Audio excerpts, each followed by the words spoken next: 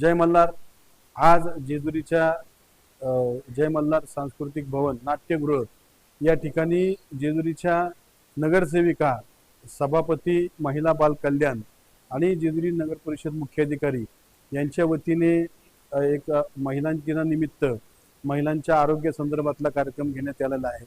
आता हा कार्यक्रम अतिशय सुंदरपणे चालू आहे। मी जेजुरी शहराच्या वतीने जेजुरी शहराचा प्रथम नागरिक म्हणून या घेतलेल्या स्तुत्य उपक्रमासंदर्भात सर्व नगरसेविका, सभापती आणि मुख्याधिकारी यांचे आभार मानतो, अभिनंदन करतो त्यांचं।